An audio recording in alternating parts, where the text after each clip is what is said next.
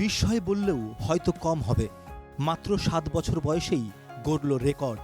নদিয়ার শান্তিপুরের 5ম শ্রেণীর ছাত্রী প্রকৃতি বৈরাগী মাত্র 1 মিনিট 1 সেকেন্ড 17 মিলি সেকেন্ডে 195টি দেশের জাতীয় পতাকা চিহ্নিতকরণ করে রেকর্ড গড়েছে। নাম উঠেছে ইন্ডিয়া বুক অফ ওয়ার্ল্ড রেকর্ডসে।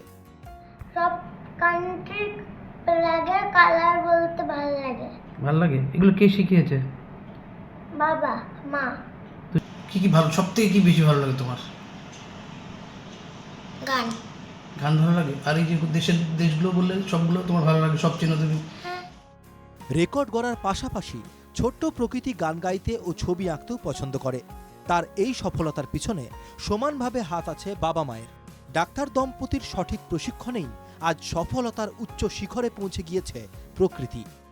195টা স্বাধীন দেশ আছে, তাদের যে সমস্ত ন্যাশনাল ফ্ল্যাগসগুলো আছে সেগুলো সবচেয়ে শর্ট টাইমে আইডেন্টিফিকেশন করে সে দেশগুলোকে মুখে বলেছে। 195টা দেশ, ওর সময় লেগেছে 1 মিনিট 1 সেকেন্ড 17 মিলি সেকেন্ড মাত্র।